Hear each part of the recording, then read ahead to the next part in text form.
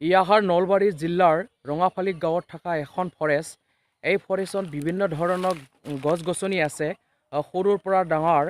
কিন্তু এটা দুখ লগা কথা যে এই ফৰেষ্টৰ গছ ৰূপায়ণৰ কাৰণে অসম চৰকাৰ বা নলবাৰী জিলাৰ যি ফৰেষ্ট ডিপাৰ্টমেণ্ট, সেই ফৰেষ্ট ডিপাৰ্টমেণ্টে আজি 20-25 বছৰ ধৰি ইয়াত কোনো গছ ৰূপায়ণৰ কাৰণে কোনো এটা পদক্ষেপ লোৱা নাই, কোনো এটা স্কিম লোৱা নাই। এইটোৱে হ'ল দুখ লগা বিষয়। অসম ইমান ডাঙৰ এটা চৰকাৰ থাকি, অসম চৰকাৰ আছে, ইয়াত নলবাৰী জিলাৰ যি ফৰেষ্ট ডিপাৰ্টমেণ্ট আছে, তেখেতসকলে ইয়াত ছাৰ্ভে কৰি ইয়াত যিখিনি মাটি আছে, মাটি আছে, যিখিনি গছ মৰি গ'ল, সেই গছ মৰা ঠাইত নতুন নতুন গছ ৰুব লাগে। সেইখিনি কাম কিন্তু অসম চৰকাৰে কৰা নাই।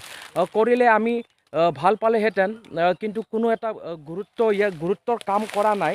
চাওক আপোনালোকে কিমান ডাঙৰ ডাঙৰ গছ আছে, কিন্তু ইয়াত পৰি আছে প্ৰায় 20-ৰ পৰা 40 বিঘা মাটি পৰি আছে। সেইখিনি মাটিত যদি অসম চৰকাৰে যদি গছ ৰূপায়ণ কৰে, তেতিয়াহ'লে কিমান এটা সুন্দৰ পৰিৱেশ হ'ব। অসম চৰকাৰে সময়ে সময়ে কৈ থাকে গছ ৰূপায়ণ কৰিব লাগে।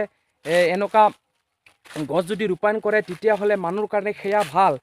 কিন্তু গছ ৰূপায়ণ কৰিব লাগে বুলি যদি কৈ থকা হয়, তেতিয়াহ'লে এইখিনি মাটি এনে পৰি আছে। আপোনালোকে চাওক, যি মাটিখিনি এনে পৰি আছে, ইয়াত 20-ৰ পৰা 40 বিঘা মাটি এনে পৰি আছে। অসম চৰকাৰে ইয়াৰ বিষয়ে যদি কিবা এটা চিন্তা কৰে, তেতিয়াহ'লে ৰঙাফালী গাঁৱৰ ৰাইজে ভাল পালেহেঁতেন।